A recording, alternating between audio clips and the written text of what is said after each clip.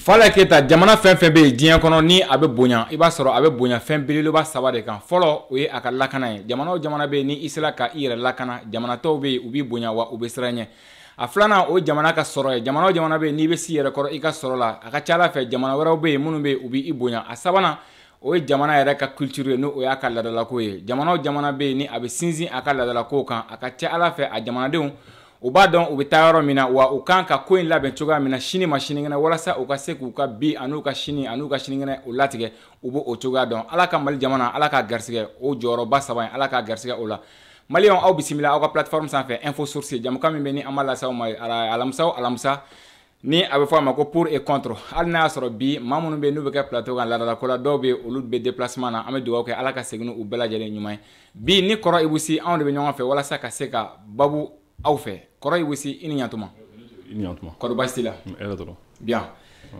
Malikaw bɛ to ka i lajɛ tuma caman na u b'a fɔ Ibu ninnu ka wulikajɔ ka bon Maliko la kosɛbɛ c'est-à-dire mais u bɛ jumɛn de sɔrɔ a la est-ce que jaabi b'i bolo ka di Malikaw ma minnu bɛ to ka ni ɲininkali nasugu kɛ bon ne yɛrɛ ye ka teli ka fɛn fɔlɔ min sɔrɔ minnu b'an ka émission lajɛ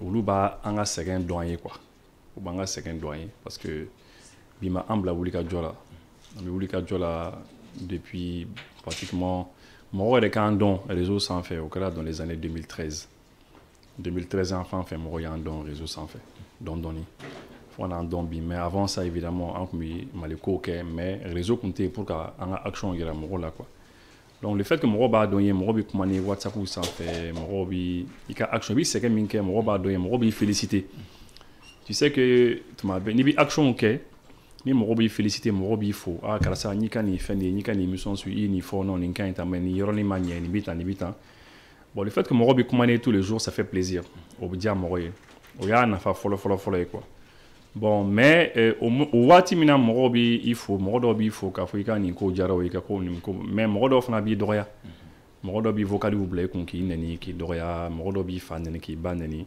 parce que i kuma minnu fɔ a ma diya u ye dɔw b'i menacer dɔw b'a fɔ ko an bɛ nin kama nin bɛ tout ça la o kumaw fana bɛ yen bon dɔw fana b'a fɔ ko i sannen don a mana kɛ cogo cogo mɔgɔ dɔw b'a fɔ i sanna parce que i nin fɔ i nin kɛ ten simplement voilà parce que olu b'a miiri ko c'est ça quoi mɔgɔ b'i san dɔrɔn et puis a fɔra a banna moi je me rappelle ne delila ka émission dɔ kɛ ni Kassim Traoré en novembre 2019 o y'a sɔrɔ transition tun ma na fɔlɔ a don an yɛrɛ tun t'a dɔn ko Karim Keita yɛrɛ tun bɛ plateau kan an tun t'a kalama yɛrɛ an nana studio kɔnɔ dɔrɔn quelque temps après Karim Keita kunkolo sinna ka bɔ an bɛɛ surpris la an ko Karim de bɛ yan bi a fɔra an ɲɛna k'an n'ale de kan ka débat kɛ an ye débat kɛ bon mais comme tu me connais ne de bɛ n ka débat kɛ ne bɛ n ka débat kɛ calmement ne tɛ kuma ne tɛ pɛrɛn-pɛrɛn n bɛ taa dɔɔni ni n ka ɲininkaliw ni n ka fɛnw ye a don ne y'a jira k'a fɔ ko effectivement n ko tiɲɛna ko bɛ ka ɲagami n ko jamana tɛ ka gérer ka ɲɛ n ko jamana gestion a ma ɲi ça va pas voilà n y'o fɔ et puis n ko a ka di ne an ka taa Russiw fanfɛla la n ko parce que Russiw le opposé no Américains ni Européens na n ko an ka drones fana utiliser an ka kanw na en 2019 ne y'o kuma ninnu bɛɛ lajɛlen fɔ i y'a ye mais le fait que ne ma pɛrɛn-pɛrɛn Karim Keita kunna k'a dɔgɔya plateau kan donc ne bɔlen dɔrɔn ne ka téléphone sonnina mɔgɔ dɔw ko Karim Keita ye ne san parce que ko a mɔgɔ saba tun bɛ plateau kan sabanan in ale tun bɛ ka fan bɛɛ kɛ ko ne sanna tout ça ko ne n'a bɛ ɲɔgɔn bolo k'a bɛ to ka na ne fɛ yen so ko ne fana bɛ to ka taa Karim fɛ yen bon ko ne terikɛ don bon voilà quoi alors que c'était la première fois ne k'a ye a fana ka ne ye et puis voilà a kɛra siɲɛ laban fana ye donc c'est un peu comme ça mais a bɛ kɛ cogo di kuma min bɛɛ bɛ fɔ i ma n'i ko k'i b'o bɛɛ jate il tɛna se ka avancer quoi donc il va avancer dɔrɔn et puis c'est tout quoi après ni minnu ye ɲɔgɔn dɔn n'aw gɛrɛla ɲɔgɔn na u bɛna i taabolo n'i ka fɛnw dɔn et puis c'est un peu comme ça quoi mais an bɛ Maliyɛnw kɔni fo minnu b'an suit su ni tile d'accord n'an ye Malikaw fo o cogoya de la an bɛna bi ka na babu fɛn minnu kan o fɔlɔ o ye péage ye n'o ye programme d'action gouvernementale ye aw bɛɛ lajɛlen b'a dɔn k'a fɔ CNT kɔnɔna da fila in na a ma kɛ fɛn min bɛ ni a nɔgɔyara kosɛbɛ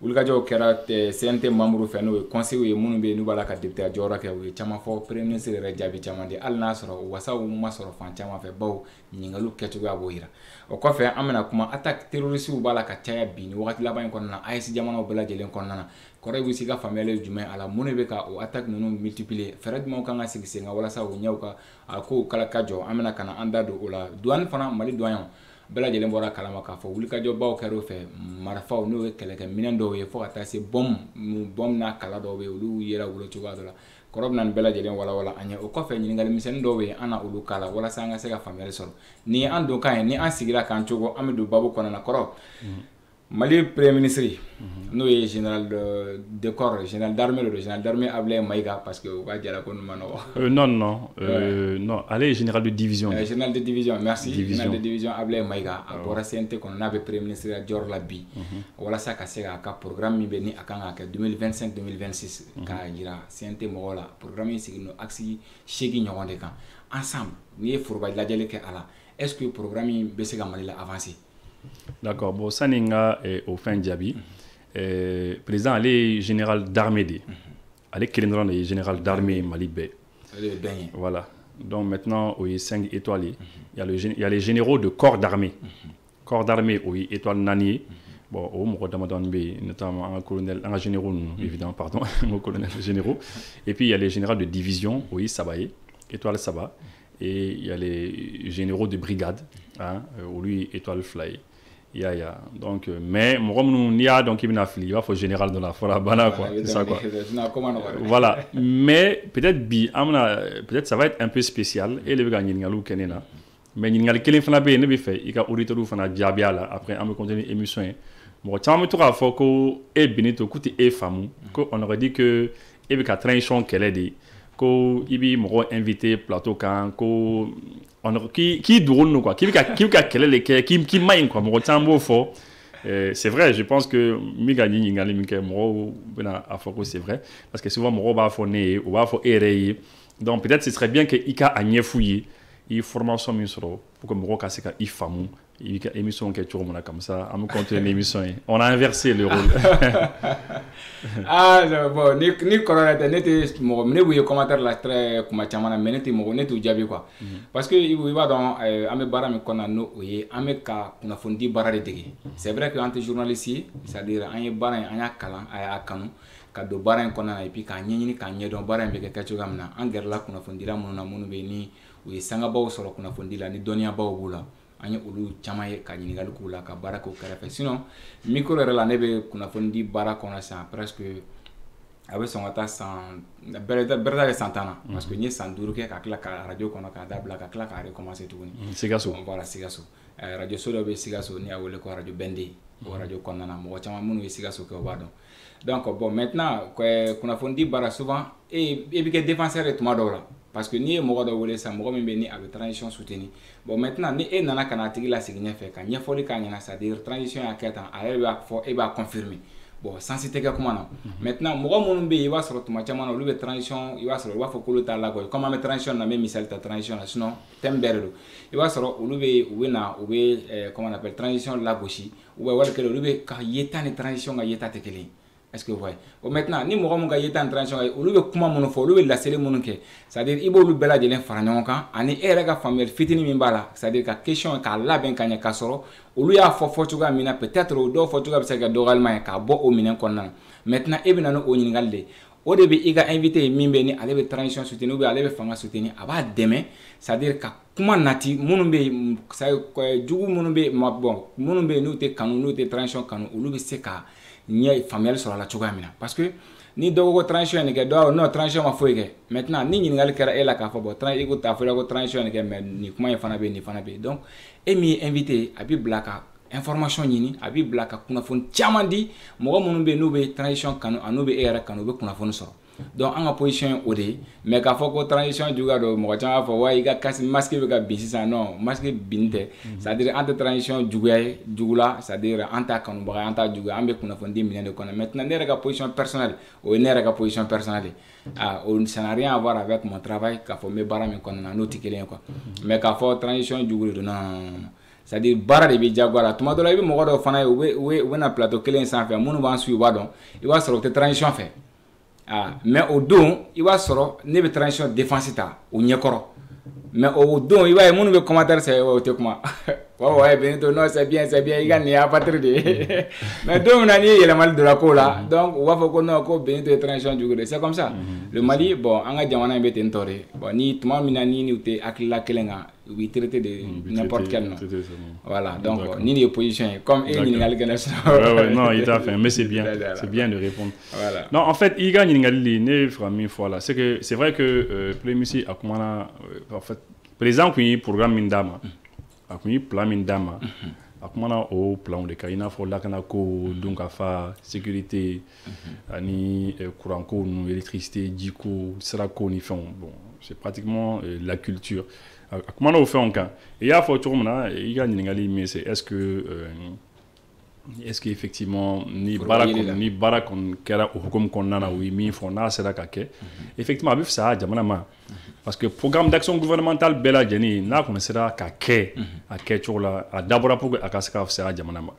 Mais est-ce que après c'est qu'à quêter au bain n'ingaloude parce que c'est la pratique qu'on en a, il faut qu'à baraoke et puis il faut que évaluation qu'à il faut suivi qu'à barao suit qu'à la est-ce que comment nous fera est-ce qu'il y a Wale Obukake parce que tu sais bien sûr à Jamana qu'on fait suivi qu'a fait un suivi non il fait un badide qu'a croché qu'a fait un crochet qu'a suivi mon boulot fait un barou de mi exemple de massa si ni est Benito et qu'a Mali présence fallait bien vous le ko ah attention on nimbe de il va faire ah d'accord et bien mon vous le qu'a fait bon nimbara ay nimbara ke après ça ne bi voulait ah présent teni fana bede et va voir ah oui c'est vrai ni fana be et bon c'est vrai et bien mon vous le au fana kan kan ke on a ɲɔgɔnna mɔgɔ 10 mɔgɔ 100 fana b'i wele ou maa ba kelen bɛɛ b'i wele k'a fɔ nin baara ou fana c'est priorité bi fɔ donc finalement tu vas te retrouver i bɛ n'i yɛrɛ sɔrɔ position min pratiquement fɛn 100 bɛ yen ou bien fɛn 200 bɛ yen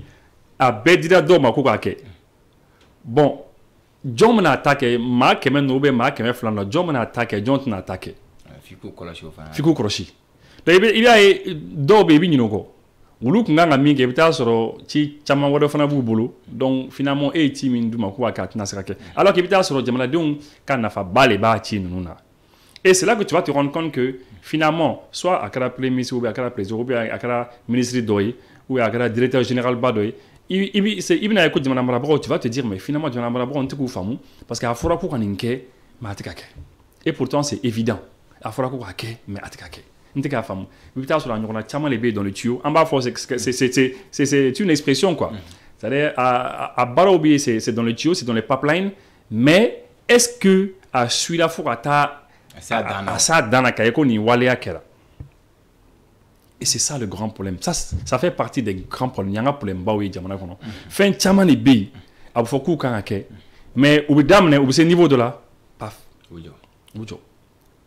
Et puis ni mɔgɔ ma information sur la cantine ni mɔgɔ bɛ décourager mɔgɔ b'a fɔ ah u y'a fɔ k'u bɛna nin kɛ dɛ a ma kɛ tuguni a fɔra ko nin bɛna kɛ dɛ par exemple mɔgɔ ɲininkali kɛ ko tramway ko bɛ cogo di a fɔra la mairie de Bamako ani ministère de transport ko k'u bɛna ka tramway dɔ dilan Bamako pour ka circulation nɔgɔya voilà mɔgɔw ko mais ko bɛ cogo di panneau solaire ko a fɔra ko o baaraw kan ka se centrale solaire mɔgɔw ko au donc il y a beaucoup de choses comme ça à Tamitio les connaît mais à niveau kélémina on ne sait pas et puis voilà Mali fambe priorité ni wati na voilà. Donc il faut qu'à mon les soro les spécialistes nous se faire de nous suit pour qu'à faut attention ni ngali kera à avancer là ma niveau là il faut que akaseka akunkanga et là aussi au fana de la barre des fana nous fana nous fana suit il faut qu'à faire exécuter un parce que toujours faire un croix fana bina la Ninkrobe toujours. La Ninkrobe wagati ben. Jamana mara mano maintenant koroni andura axe tiaga plan d'action able maiga plan d'action konnana ni tara axe 1 abu kuma défense ka renforcement de la défense et de la sécurité. Ni dora konnana abu foko akanka kando jo. Avuma kango kuma obe akona notamment buguni kan kuchala kan san kan kita kan jema nyoro. Ouais. Ni duye jateminaga kalaje anya ye kanunu réception do de la ka notamment kan de buguni. Avec le ministre de la Défense et la toujours avec plan d'action qu'on a. Ou bien, c'est-à-dire, mon kera kaba ou le plan d'action qu'on a. Non, parce que à Idjabi Mindo là, en fait, à Bema ban follow quoi. Parce que c'est vrai que quand réception me sera que, mais fin Eurobe qui sont liés au camp. Fin Eurobe quand on a au bar au camp que, Wale Eurobe minun camp que. Donc tant que bon, ça en voilà pour les forces sanction. Tant que tâche m'a exécuté kaba, donc toujours à B quoi, à fin de la B. Par exemple, exemple de Massin. Par exemple, moi, je vais terrain ça. Il faut qu'il y ait un terrain ça. Et puis, ni terrain ça. misali la sisan i kan ka na ni ji ye ka na ni courant ye ka i se ka so dɔ jɔ a kɔnɔna na e sera ka na ni ji ye ka na ni courant ka so dɔ jɔ a kɔnɔna na mais fɛn wɛrɛw bɛ yen baara wɛrɛw bɛ yen min kan ka k'a kɔnɔna na donc tant que a baaraw bɛɛ lajɛlen ma ban pewu hali ni inauguration kɛra k'a d'i ma bon ça dans la précipitation o bɛ se ka d'i ma mais baara wɛrɛw b'a kɔnɔna na n'o baaraw ma kɛ dɔrɔn donc fɛn tɛ se ka valider quoi y'a f'a baaraw bɛɛ de ka ban pewu n'o bɛɛ kɛra ka ban sisan kɔni o ye o ko bannen pewu sinon mɔgɔ wɛrɛw fana bɛna ɲininkali kɛ ko attention k'an jɔli dɔrɔn kun tɛ mais ni kun kan ka kɛ ou bien pont jɔli dɔrɔn kun tɛ mais sira minnu bɛ taa pont na o baaraw fana kun kan ka kɛ axe dɔw fana kun kan ka fara ka taa e ma ye compte o ye pont kɛ troisième pont kɛ tuma min na troisième pont banna mɔgɔw contre ko non attention c'est pas fini sira dɔw bɛ yen minnu bɛ taa hôpital du Mali la dɔ fana bɛ taa an fɛ yen donc fo ka fɛn tɔ bɛ kɛ donc ne kɔni ne y'a ka jaabili min mɛn a ka jaabili bɛ taa au sens de fɛ quoi. D'accord. Maintenant, toujours au cadre kelen kɔnɔ a fɔla k'a bɛna recrutement dɔw bɛ kɛ o plan d'action kɔnɔna na mais homme dɔw fana bɛ yen n'o ye ex combattant ye k'olu fana kan ka fara ɲɔgɔn kan kɛ bon ex combattant ko kuma fana an y'a mɛn Ismaël Lubaki ka kuma tɛmɛnenw na depuis 2024 la ou bien 2025 yɛrɛ daminɛ kɔnɔna na jusqu'à présent k'a fɔ ko o baaraw bɛ sen na mais toujours a bɛ plan d'action kɔnɔna na on a rien compris. Oui bon c'est ça parce que faut ka fɛnw suit. Faut ka fɛnw suit n'a ye fɛn kɔni engagé n'a ye baara kɔni engagé il faut que a k'a coordonner ɲɔgɔn fɛ baaraw ka se ka ban ni baara mɛnna tuyau kɔnɔ a mɛnna tuyau kɔnɔ ɲɛ tɛ k'a sɔrɔ a la finalement population bɛna fɔ ko m'a faamu e ma ye an ka kuma début la en introduction n ye o de fɔ quoi sans savoir que problème caman kun bɛna kɛ nin ye quoi mais tu vois que n bɔra ka min fɔ le grand problème c'est le suivi des tâches ninnu ka suivi parce que c'est ça. Parce que ni a fɔra ko ex-combattant kan ka intégrer o baaraw bɛ sen na depuis combien de temps bon finalement mɔgɔw bɛna fɔ mais hali bi a b'o yɔrɔ de la hali bi y'a ye alors que je pense que kɔsani na yɛrɛ kun fɔra ko donsow bɛɛ lajɛlen bɛna ta pour que fɛn dɔw ka se ka kɛ. Parce que chiffre min yɛrɛ bɛ ka fɔ 34 000 maa ba 34 o ex-combattant est-ce que o bɛ sɔrɔ. Bon en fait ne ye min mɛn a yɛrɛ k'a fɔ k'a bɛɛ tɛ kɛlɛkɛlaw ye quoi. À Betty Kelekela, oui. Mais sur les 34 000 là, je crois que, est-ce que c'est pas 9 000, 10 000 comme ça, les forces combattantes. À Tchamambe, nous y a Kelek, nous y a fait un peu oui. Ou bien Tarado Yororo là, et c'est ce que nous on aime quoi. D'accord. Maintenant, ni tara accessis qu'on a, il va y avoir comment, c'est-à-dire voilà, ben ni Kelian toujours. Malidou Malibetuga Minabi. C'est-à-dire ni min premier ministre kɔrɔ min bɛ yen ni ale b'a la ka baara kɛ bi mɛkili la a bɛ ka baara kɛ walasa ka se ka bɛn ni kelen a ka se ka nati parce que ani parti politique mɔgɔw kun ye ɲɔgɔn ye wagati tɛmɛnenw na bon toujours an bɛ ka taa bon an dun sera wagati min dɔ kɛra wagati min na parti te toujours i b'a ye malidenw farala fila ye hali sisan communiqué ba dɔ kɛla an bɛ tila ka na ɲininkali k'i la est-ce que bi bɛn ni kelen a bɛ ɲini cogoya min na Mali fɛ est-ce que a bɛ sɔrɔ. Bon, en tout cas, on peut bien une kélia mais faut ne nous tignerons fameux au là quoi. Nous on peut bien une kélia parce que en fait c'est vrai hein, c'est bien.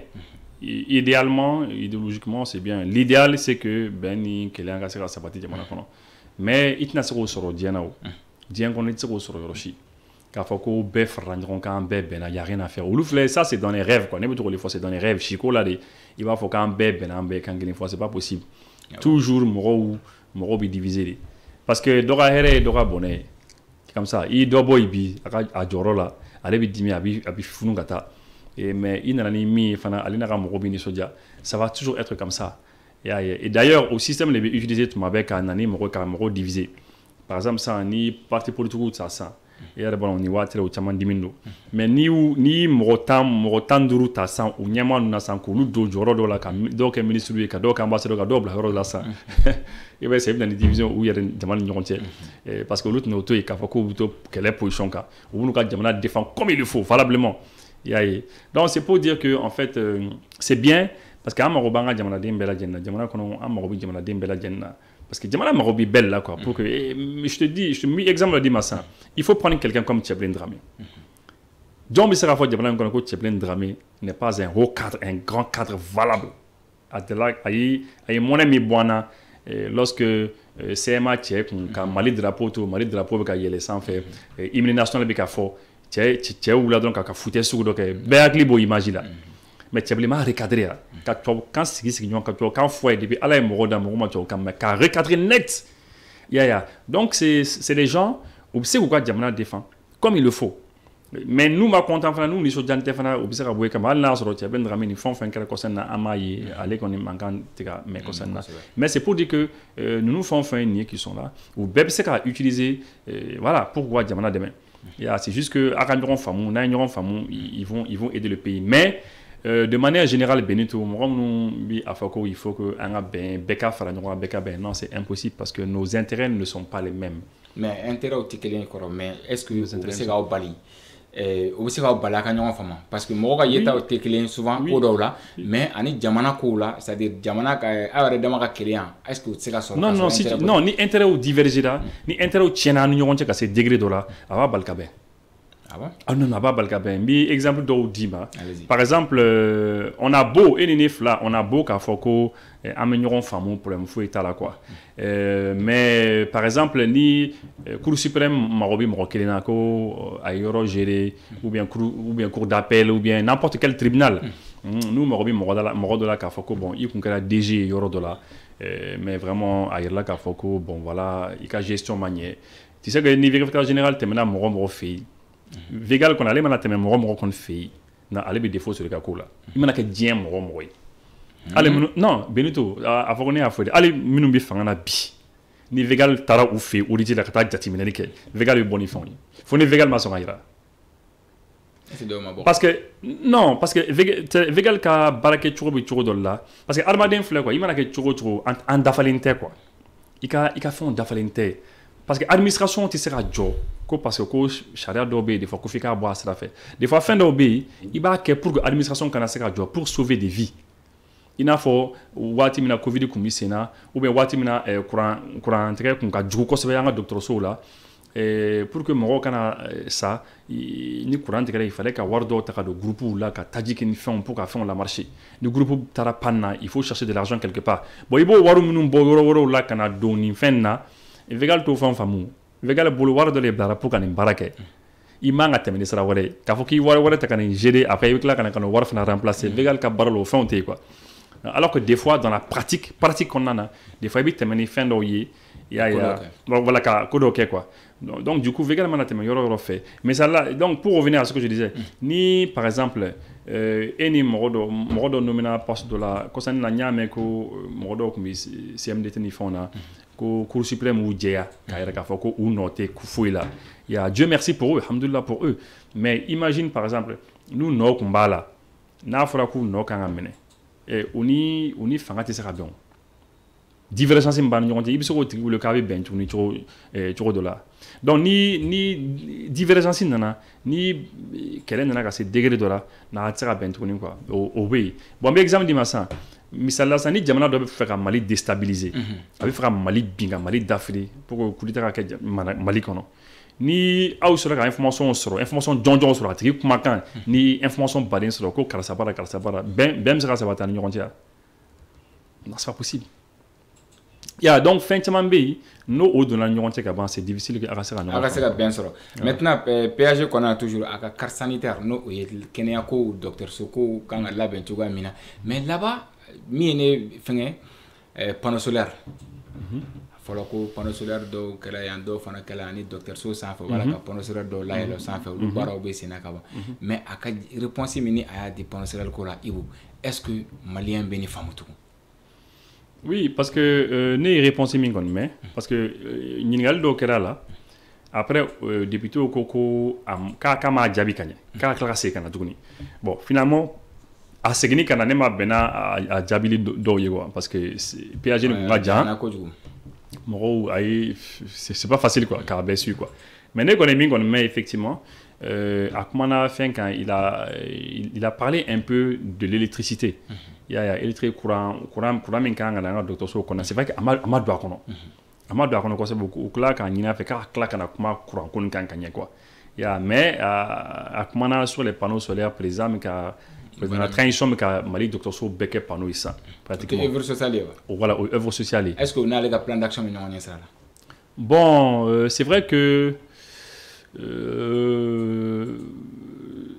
gouvernement ani président bon président min ka action a bɛ action minnu kɛ c'est vrai que gouvernement bɛɛ fana b'a ta k'a fara u ka fɛn kan c'est la raison pour laquelle il est ministre de la santé tuma bɛɛ ani ministre de l'énergie tuma bɛ u b'a fɔ ko anw de kan ka kɛ mais ni président kɛ a bɛ fara anw de ka actif kan quoi anw de ka fɛn kɔnɔna na an ka œuvre voilà an ka baaraw kɔnɔ quoi c'est pour ça que ni président a fɛn o fɛn kɛ n'a ye ji di yɔrɔ o yɔrɔ dɔrɔn ministre minnu bɛ ji ni fɛnw kunna ani SOMAGEP minnu bɛ nisɔndiya u b'a bon d'accord de toute manière anw de kun kan ka kɛ ou bien les lampadaires solaires minnu bɛ ka installer yɔrɔw la et voilà c'est la même chose la mairie du district olu kun y'a yɛrɛ k'a fɔ ko bon ko olu de kan ka kɛ délégation spéciale mɔgɔw y'a fɔ k'olu de kan ka kɛ mais vraiment ko président k'u dɛmɛ n'a ye donc je pense que a bɛɛ bɛ se ka bila o fɛn kɔnɔ o fɛn kelen kɔnɔ quoi c'est en fait c'est alors actif a b'u ka avantage là parce que bon a kɛra mais c'est vrai que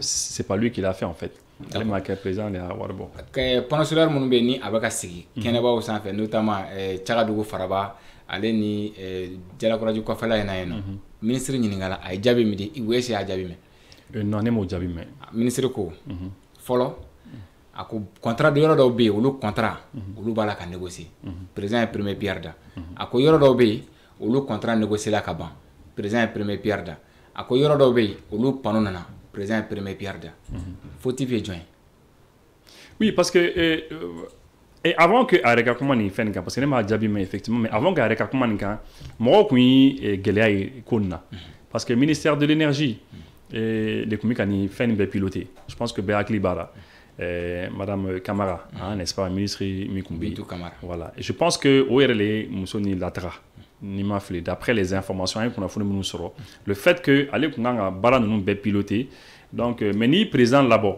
ka taa première pierre da yɔrɔ la ka tila k'a fɔ ko foyi ma ɲɛnabɔ fɔlɔ i hakili b'a la nin plateau kelen kan anw yɛrɛ delila k'a fɔ a kɛra sababu yɛrɛ ne yɛrɛ nɛnina mɔgɔ damadɔni fɛ a kɛra sababu ne ni minnu yɛrɛ ne yɛrɛ nɛni ne y'u bloqué n ka fɛn bɛɛ kan k'u haramuya pewu parce que ah ouais non parce que le problème c'est quoi parce que en fait a ka kan mɔgɔw bɛ anw minnu lamɛn a ka kan c'est-à-dire an ka tiɲɛ fɔ mɔgɔw ye mais ni n ko ko an ka tiɲɛ fɔ mɔgɔw ye o kɔrɔ tɛ ko tiɲɛ ye anw de ta ye quoi k'a fɔ ko ne de ye tiɲɛtigi ye diyagoya ni ne ye min fɔ olu ye tiɲɛ o tɛ parce que o fana ye jama de ye ka funu ka jama ala k'an kisi o ma i y'a ye mais je veux dire a ka kan an bɛ fitinin min dɔn kow la an k'o fɔ a kun fɔra ko courant kun kan ka ko panneau ninnu kan ka installer kalo 4 kɔnɔna na ko mégawatt fɔlɔw bɛna di mɔgɔw ma donc au bout de 4 mois i y'a ye bon alors que panneau yɛrɛ pour que panneau yɛrɛ ka se ka fabriquer uniquement la fabrication des panneaux ka panneau dilan yɛrɛ dama o bɛ kalo joli ta n'i y'a dilan n'i ko k'i b'a don bateau kɔnɔ ka bɔ européen fanw fɛ ni chinois fɛn ka na Mali kɔnɔ a bɛ tɛmɛ ni Côte d'Ivoire ou bien a bɛ taa Côte d'Ivoire port la ou bien a bɛ na Guinée port la ou bien a bɛ na Sénégal port la ça prend combien de temps an b'o dɔn parce que an ni jagokɛlaw bɛ kuma jagokɛlaw minnu bɛ fɛnw san jamana kɔfɛ ka na ni fɛnw ye an b'a dɔn ça peut prendre 45 jours des fois un peu moins bateau dɔ bɛ se ka teliya 35 jours il y a dɔw yɛrɛ bɛ se ka donc du coup aux 4 mois donc lorsque 4 mois nana surunya an nana ye ko c'est pas bon il a fallu que an ka bɔ k'a fɔ attention 4 mois de kun fɔra mais ala ko tiɲɛ voilà an bɛna don 4 mois kɔnɔna na fo an bɛna tɛmɛ a la donc dɔw ye ne wele ko munna ne b'o fɔ ko munna ne ye 4 mois ko kuma de fɔ mɛnɛ k'e man kan tɛ k'o fɔ ko ne man kan ka fɔ ko parce que ko c'est-à-dire le problème c'est quoi c'est que mɔgɔ dɔw ni olu b'i fɛ quoi mɔgɔ dɔw bɛ yen n'u b'i fɛ u t'i fɛ fiɲɛ ka fɔ quoi dɔw bɛ transition fɛ tellement u bɛ transition fɛ transition ka défaut ni erreur ninnu olu t'i fɛ ka fɔ quoi mais est-ce que olu tɛ transition yɛrɛ jugu ye bon voilà après c'est ça chacun sa manière de voir u t'i fɛ ka fɔ bon minnu fana bɛ transition fana détester minnu tɛ transition fɛ fiyewu c'est-à-dire hali transition ɲuman kelen min kɛ olu fana tɛ fɛ o fana ka fɔ donc i b'i yɛrɛ sɔrɔ entre ces deux camps le camp des gens qui aiment ou t'i fɛ fiɲɛ ka fɔ le camp des gens qui n'aiment pas minnu t'i fɛ ɲuman ka fɔ donc le fait que ne y'o fɔ non on m'a mitraillé fan bɛɛ non dɔw yɛrɛ ko non ko ne ye transition jugu ye ko ne ka taga bɔ yen ko moi je suis une taupe je suis un espion bon kuma caman fɔ après ne y'o bloqué parce que moi j'avance i ne sɛgɛn dɔrɔn ne b'i bloqué et puis bon je passe quoi donc c'est pour dire que pour revenir à ce qu'on dit à mon avis le fait que ministre président bila ka première pierre da yɔrɔ damadɔni na et finalement il y a rien eu il y a pas eu de suivi ou nana faamu ko réellement bon c'est pas ça la réalité il y a des problèmes dɔw bɛ yen je pense que o de ye muso latara et je pense que il faut ka taa se bi ma o de bɛ nin gouvernement fana nɔfɛ o i mana kɛ premier ministre hali sini ni nin premier ministre taara ni e kɛra premier ministre ye nin dossier kelen min kɛ i nɔfɛ parce que il y a eu un problème Il y a eu un grand problème. Bon, moi, à mon avis, ni fait un scoop là, à quelqu'un qui a beau, qui a fait non, en réalité, il y a eu des erreurs, il y a eu des problèmes. Parce que même qu'on chargeait nos dossiers là, tiens à Tigui Maseka. Et c'est Diamana Bisseko. Mais bien sûr, mais il tiens, il faut me demander, mais si ça va pas. Si ça va pas, il tiens, il faut me demander. Voilà, ça va, c'est la fin. Sinon, premier pierre de la panneau. Mais oui, mais il y a eu des problèmes. Après, comment on appelle, un an peut-être, Beretta de Saint-Clina, voilà. Bino, n'a pas contrat de négocier le contrat de. Ça veut dire, moi, de NR, comme un Kobi Chodi. Parce que, tu sais que Watini, moi, agli digra panneau, qu'on a central panneau solaire, qu'on a Morobi Ninga. Oui, Nine. Mais nous, agli, Balaka, beaucoup de Ibu, mais panneau solaire central, qu'on bi Chodi, à Kobi Chodi. Au dos, moi, de NR Ninga là. Mais il y a son renseignement. Les renseignements, on a contacté d'Obéi, qui est très bien imprégné. Réellement. Est-ce qu'il y a affaire à dossier ma blague? Non, non, non. Car dossier ma blague. Car affaire du Sénat. Mais que mais que ça va se faire et que c'est maintenu. Quoi. Donc, on est rassuré. Et puis, lorsque j'ai vu que le Premier ministre a plan qu'on a fait un B. Sinon, à condition la dame là. N'a fait un compte tout ni an ka question centrale solaire ko kumpana peu plus sur Adam a donc né o yingali ke j'ai même demandé la raffinerie mi fana kan ke parce que mo do ya foko raffinerie mi kan nga sanu yele mata voilà sanu voilà aéroport a aéro kan ke aéroport la kan né o ben yingali ka donc o kuma kunna ko fana bi programme ko fana kan ke et puis que an na connait kana blanc kuna yere quoi ko na siga yere quoi kan mi ko atike ko c'est maintenu quoi ane ko alhamdulillah. D'accord.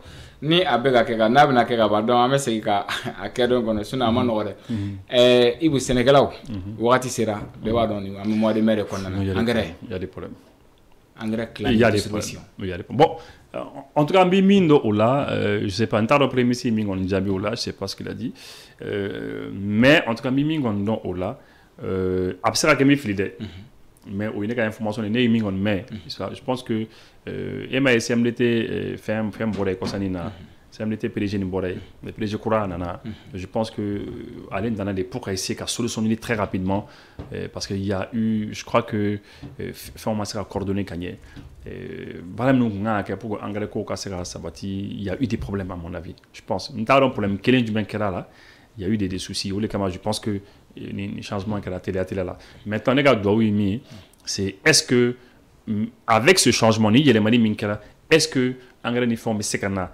jona pour que kabeni cultivateur ka bare sénégalais ka bare parce que bela jene baron ko minere samé bika donjona n'est-ce pas samé de bika ndabal ba anchi ko sénégalais ko samé bi et puis sans fitinu fanate sans bauli fana bika donc voilà c'est ça un peu. D'accord, voilà ça gabo plan d'action gouvernemental qu'on en a eu. Muso do be a kuma na CNT qu'on nana.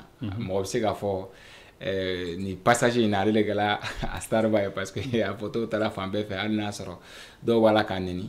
Ay ñingal do ke ñingal mënu be no ukan notamment gouvernement ka yoro mënu be no be santé la o bararo mënu be ka jonu be santé la mais yoro do baraka yoro be location yoro wero la mais santé inte ka ban ayo o ñingal ñuma baké et suivi comme je l'ai dit encore comme d'habitude maintenant mais ñingal do fana ke ko wakati jumere la gouvernement be na kana ferretige mo mënu be bo ya fo foto ga minan to ka mona mo foto ga malien mënu be no be ko fe ça nous bala ka wakilla de jamana ka le bolo wala ka jamana dénigré donc ko ferre jume be na tikawla est-ce que e bolo ferre kanga tige ulula spécialement oui bon à koko ko nationalité mino là est-ce qu'il y a un moyen ka nationalité mine ka malien yere mine la POK ya pour que bon je pense que Premier ministre yɛrɛ jaabi cogo min na Premier ministre n'a ka jaabi ma taa sira kelen fɛ ma Premier ministre ka jaabi mais n y'a sɛbɛnni ye parce que mɔgɔ dɔw y'a sɛbɛn Premier ministre y'a jaabi ale taara ni sira min ye ani muso ka ma taa sira kelen fɛ quoi Premier ministre kɔni ko non ko non il faut ko principalité voilà k'an b'a ɲini ka mɔgɔw fara ɲɔgɔn kan et puis ko jugu t'u la quoi k'a fɔ ko jugu dɔ bɛ forcément c'est un truc comme ça globalement qu'il a eu à dire bon maintenant ɲininkali i ka ɲininkali je pense que c'est est-ce que ne hakili la ko malien dɔw ka nationalité kan ka minɛ o la ça peut-être qu'il y a ɲininkali o de bon moi personnellement ni ne kɔni ɲininka ni ne kɔni ɲininka wale bi wale la n'i y'a kɛ ni ne bɛ se quoi ni se bɛ ne ye ne bɛ ka nationalité minɛ la est-ce que minnu bɛ yen o b'a la ko wale ninnu dɔ mais o wale ye mun ye la haute trahison après la haute trahison ye min ye sisan ni yera k'i ka jamana janfa mais preuve bɛ établi la k'a yira k'a fɔ ko effectivement i Mali ka de i maliden de mais i janfa kɛ au service de certains jugu quoi jugu ka service là ni o kɔni établi la ne kɔni bolo moi je suis pour ça ya et moi ne yɛrɛ ta tɛ o dɔrɔn ye ne ta tɛ o dɔrɔn ye ne ta moi je suis même pour que i ka taa a dɔw yɛrɛ ɲini ka t'u chercher ouais. Et avec des manières moyens, ce ne sont pas des petites manières. Par exemple, exemple de Massan, Jamana Dobe, preuve sur là, peut-être une Jamana 3 fois, mais Jamana Dobe, preuve sur la service de renseignement fait, car il y a ben là, pour essayer que Jamana Madawa doit faire, à réussir qu'on en a. Au preuve sur là. Dès l'instant que il preuve nous faisons sur, ou que la méthode utilisée, il faut pas nous utiliser au contre là. Œil pour œil d'important. Comme Yamsa qui a démarré tout comme. C'est pas Yamsa. Yamsa Kamara. Non, c'est pas lui. Minkoro. Voilà, Minkoro Kane. Minkoro Kane. Voilà. Je suis désolé de le dire, hein, mais moi je suis comme ça. Mais est-ce que. Jamana mi, dès l'instant que Nia yi, que Jamana dobe, ou Moro sur la preuve établie qui va n'y karam Jamana Marabra do Fara, en fana bon yon qui là, Kaïse qui fana éliminé. Mais est-ce que mais maintenant, non, je pense que ça c'est pas la peine quoi. Parce que oui, ni moro opposé nous donnons. Hakilna la, tu opposé na, tu tika kola. Mais et c'est à nini beka kika kola. Moro jom sera fako et fait beka kika kola. Non, c'est pas ça. Minum ka kuma ka ou hakilna to faut ka dénigrer le que il y a une ninken. Moi je pense que ça c'est pas c'est pas important casser au niveau là quoi. Voilà. Quand il forme modèle waroma il n'a faut par exemple moi bi terroriste ni groupe armé terroriste ka quelqu'un mais non chekanana nga jamana kono ni emi na no nyona la il n'a faut il solution de que tu as convoyé cela il n'a no quelqu'un mais non au fond il jamana kono pour arrêter jamana den do fara ah non ba foi ni ne ka jamana ba ni ne benani koni bon non amta kuma ko ngel lakara ko lakara amta kuma mais yangori ga ko kon ba d'accord wati kele mina attaque bala ka multiplier ASC jamana konnana wati kele na iba soro doyo bala ka wulika joke mamunu be ni una ni marama fenwi bom citaw una nyona chama obe fuel be ka fo ko douane be ko mena ibu bi attaque mun bala ka ke ani douane bala ka mine munu be ni bala ka o récupérer ni ko be ramassage ka ala ibe jume fo malika wi bon déjà ne bisa ka min fo ne be douane au faux parce que ni mo y bara manqué avec les moyens qu'il a parce que une talon ni douane ou ni moyens bébou boulot mais généralement de manière générale Mali kono il y a barakero fon fon ni on a fa ko beaucoup débrouiller nous ga moyen de border bebo di fo donc mi douane au faux c'est là kan bara minke mais ngani ngali mi c'est cardiol temena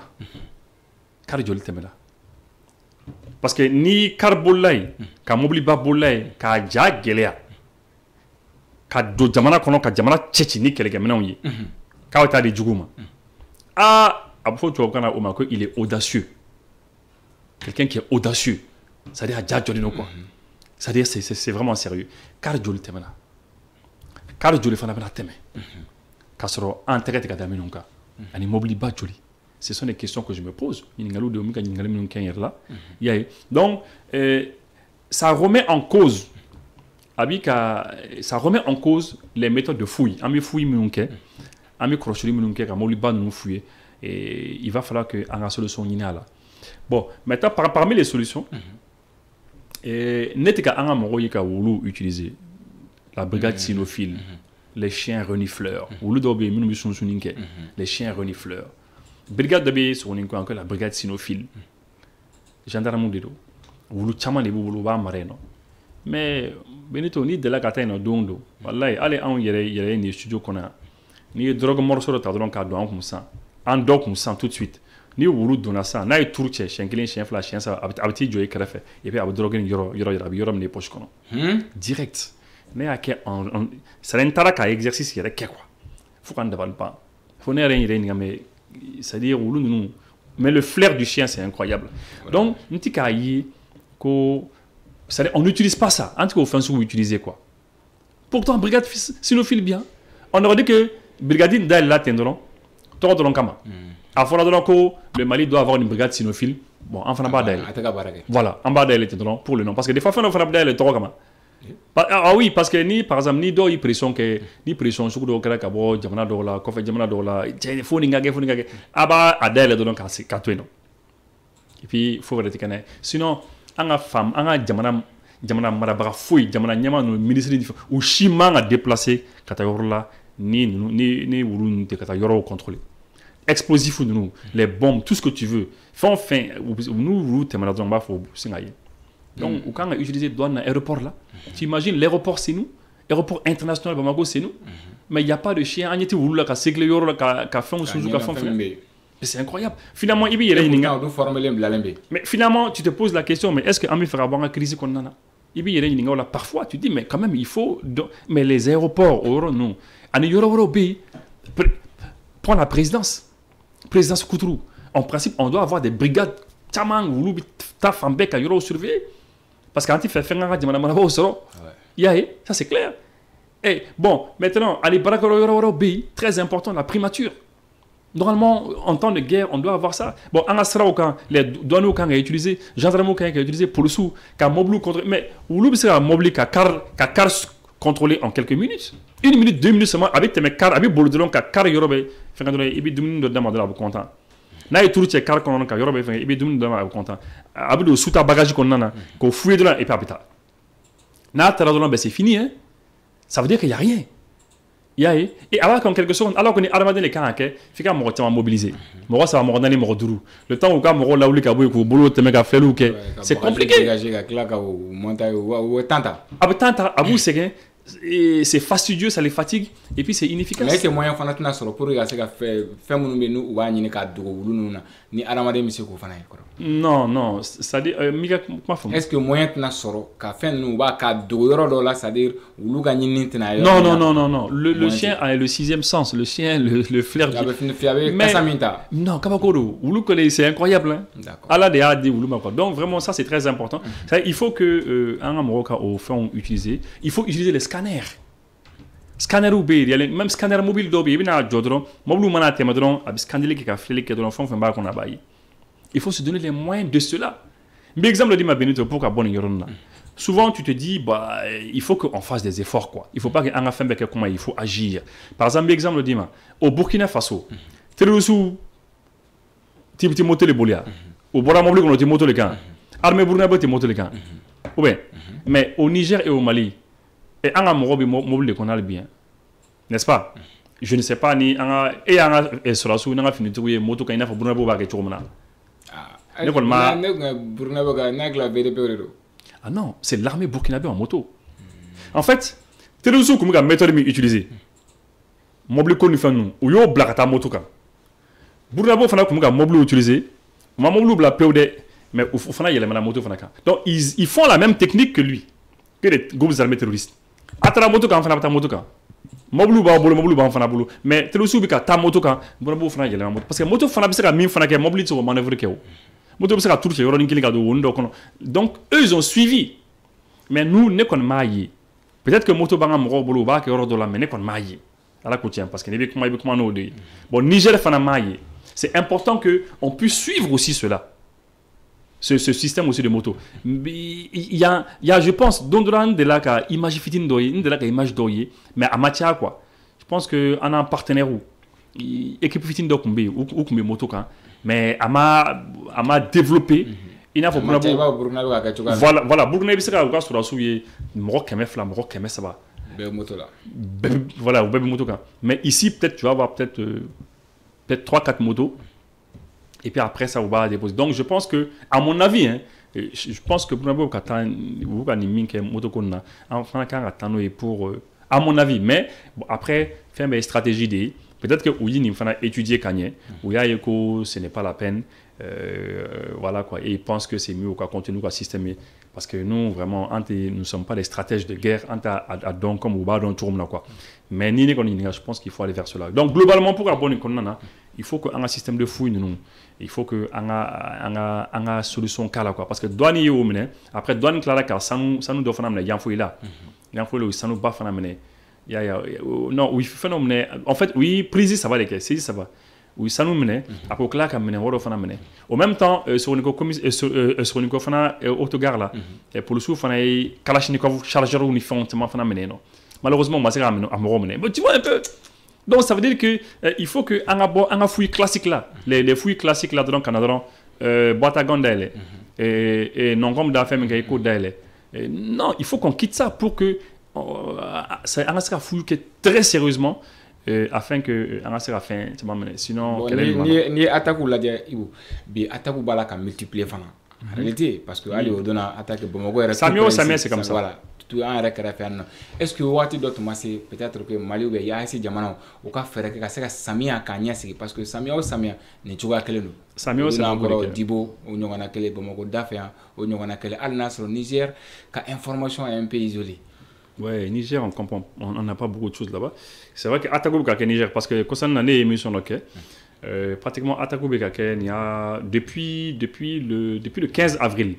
Quand à 15 avril là, quand on a fait assez Sama, Niger Gouchila, Mali Gouchila, Burkina Gouchila et Bénin Fana Gouchila. Voilà les différents. Bon, on dit comment Nigeria quand parce que au bout le titre, donc du coup et puis Bogaram Megami utilisé ou ka drone kamikaze utiliser ça. Il y a enfin ou ka drone kamikaze fana utiliser. Beaucoup fana donc drone ne boulot bombe là donc ba drone ni fait bombe il y a les bœufs liquant quoi. Voilà, on va ou coller ça. Au donc on a sur la souille ça drone qui l'indi. Mais t'es gagné mais est-ce que ça met c'est vrai? Je pense que ils le savent déjà. Je pense qu'au bas déjà. Et je pense que, c'est-à-dire, il y a le Mali d'autres dans la défense là. Ce n'est pas comme quand on a sur la souffle, oui, tiens. Mais quand il faut que défense, tu as un ou une foule. J'ai remarqué une chose. Attaquer contre Biké. Mais quand il faut que attaquer, que tu raté, que tu ma boire au Tikake. Follow, ou bien attaquer. C'est où que tu es pressé. Ou bien il est filmé. Ka selfie ou que vous serez les kelinka les flaquer et voilà. Mais maintenant on a nous attaque on a balé attaquer. Finitigi minumbe nous mancha ou c'est ka do éliminer ka boy. Nous va sera do éliminer ou do fara ou do blessé.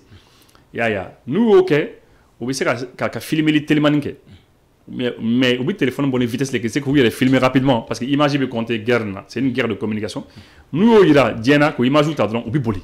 Mais au bol là toujours aviation bamolobi alanga quelqu'un tchè do be do malala ou ta do farola ko sanina ñoo remarqué au kala sandari il fait autre attaque mamla oui do jogi ya anga finiti do ko be do jogi mais ma me ko farali kala on kon mo me minu information dini made dom no ya dini man taron si après au coffre ni farali na ke coffre parce que do bi jogi après ko clara ça mais ñame ko anga finiti do jogi ka mobli do jen tout ça là ya mais après c'est au tato là anga aviation taro kama aviation ou chichi n'ara yu imagi mais je sais que ou bema soro mais do ko soro là ya o kala narina fana alibi narina marala ay zone fond qu'on fera comme on be ou ka ta yoro bela jenna ñon fait tu vois donc Djibo au Burkina Faso aussi ça a été la même chose ou nana et puis ou sera mingi ou yoké mais après à la côtier nega mo do ine woli ou ine wolo comme ko ibo ko ala côtier ko Djibo ko ou yanga mo fara ka dimi kumbana mais ko armée sera ku soro ku chama soro la ou keme chama et ku sera ku fara et que ça au diara lui quoi c'est dommage quoi. Bon maintenant est-ce que Amseka fait un spécialement pour que attaquer les Kanaseka moi je pense que au niveau sur le follow. Ah bon? Au niveau sur le follow. Pourtant Diamando Ndumeka après 5 ans de transition. Oui, non mais 5 ans c'est rien. Sandoulou c'est absolument rien qu'à Foko. En fait, il sera mort balka attaquer. Bibi Diamando Dobe Bibi na outi guerre là na fo am guerre la tourmela. Mais attaquer beaucoup au fait. Moro do peut-être attaquer télévision ils font que au fait. Kosanina on a un compatriote en France, le jeune Cissé au Tarafara. C'est un gars qui est parti comme ça de manière isolée à Tarafara. Ça en donnant à Klibara Francier attaqué là avec Koulibaly la cadre il a combien que Ahmed Koulibaly c'était un Koulibaly à travers armes de guerre. Donc en fait c'est pour dire que c'est attaqué Bixer à Kefambe. Allez Russie ou général Dobé la dernière fois ils l'ont tué. Donc attaqué Bixer à Kefambe, c'est possible que attaqué Kaskasera mais minga gelene kon bolo à ce stade am yorom na il faut pas que ça reste impuni ou ya kedron akatu no fait ka chama éliminer là maintenant progressivement ni armée sera ka yele en puissance car recrutement chaman ke ka mo chamanta ka mo chaman formé ka maillage territorial ke ka ese ka jamana quadriller de manière à ce que il m'a bouché que yoro en l'espace de 5 minutes 10 minutes seulement il peut sur la mort de ka yoro là c'est difficile do bitanta alni o bema sera ka ni mais mali kon kanga objectif le dairement ka fo mo mana ke fangana jamana konona il faut qu'on continue au salade quoi pour que c'est au niveau là parce que nous tenons à Dabla toujours au recrutement c'est des groupes armés terroristes c'est des armées modernes armées ou des dos ils sont organisés comme les armées au recrutement qui est une femme recrutement qui est toujours là et puis oui quelqu'un maintenant on sort Abdouma faut ta drone kamikaze qui est Douma ah Benito ça a quoi pour la couleur là moi drone kamikaze avec Douma mais c'est ça on leur donne des motos elle concerne la moto d'homme maintenant c'est varié non c'est varié oui quand même bas de là peut-être que moi j'ai vu ça hier à l'ORTM Abdoulaye Sako, le jeune Abdoulaye Sako, le journaliste de l'ORTM, a trois éléments de hockey, minute ça va. A trois compte rendu de hockey, n'a compte rendu de la main. Et souvent, on a fait la main pour savoir parce que l'armée est fin baissé bien. On a terminé Abdoulaye Sako a émissionné, mais c'est pas des sacs hein. Il doit mener camion babou boulot, moto bas boulot, où il y a moto marqué RFO, mais où you mener. Donc c'est pour dire que Akagelen, c'est pas facile, 5 ans de avant quoi.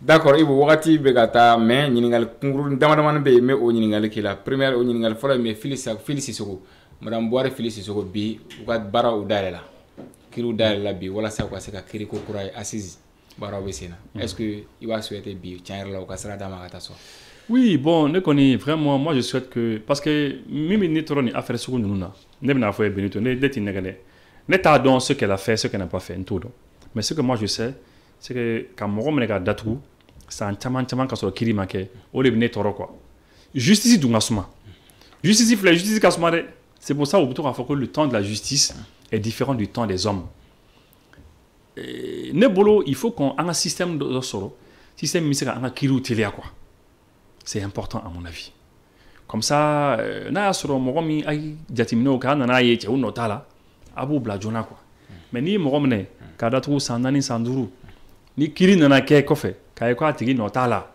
ima yakli bara le Amadou Aya Sanogo où ils s'en woroke pratiquement sans woroke mais alors que charia de mo yere clara ka fwanya na ko nana ko ni mo minana ko mali kono ko nta donc imanga sanse bakeni makiri ko ni jamana ma sa kiri organisé de ko jamana ko ki kan bladi automatiquement donc à un moment donné il faut qu'on essaie d'activer ya ne de comme toi clin d'œil do kala ka toi une pensée pour elle mais après dans la salle encore quand tu as fait comme il fera moro murti kamoro fin donc alors côté quoi il faut que jusqu'à ce que télé a demandé qu'on bien Benito espero ñu wayno kunu ASC espero sanu kuma ko nyamogala ku ye banque de créer BCID SAS nous en banque de confédération wala ça ka développement au ko sabati ko na au baro de damne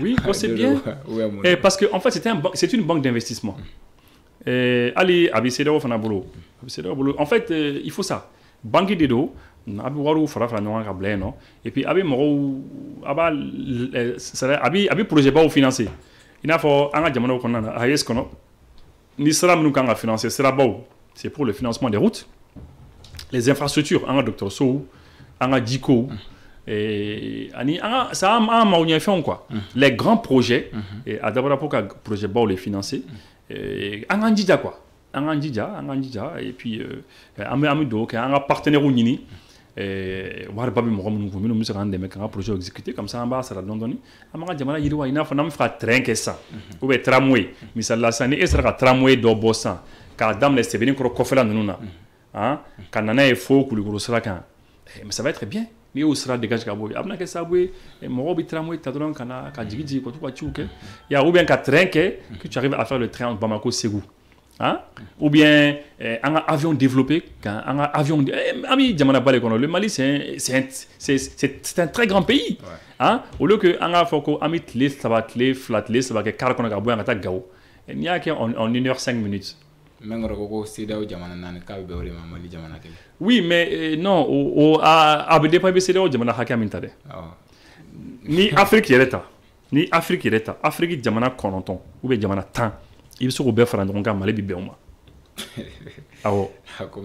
Voilà. O kɔfɛ intellectuel u y'a fɔ ten tɔ. U ye communiqué dɔ kɛ, parti politique mɔgɔw b'a la, avocats b'a la, maître Muntaka Tall ye communiqué publié kunun. N'i ye jateminɛ k'a lajɛ, u ye Mali juridiction bɛɛ pratiquement u ye décision présidentielle min bɛ ni a bɛ fɔla ko parti politique ci, u y'a attaqué à niveau bɛɛ la. Non seulement u y'o kɛ, u ye plainte de mɔgɔ 2 fana contre la, n'o ye CNT membre 2 ye, Mamadou Biton Mamadou Coulibaly ale ni Moulaye Keita. Walasa est-ce que ne kiri avait abouti fena? Bon, ne kɔni bolo a tɛ abouti. Non, parce que en fait, c'est les membres, CNT membres de dos.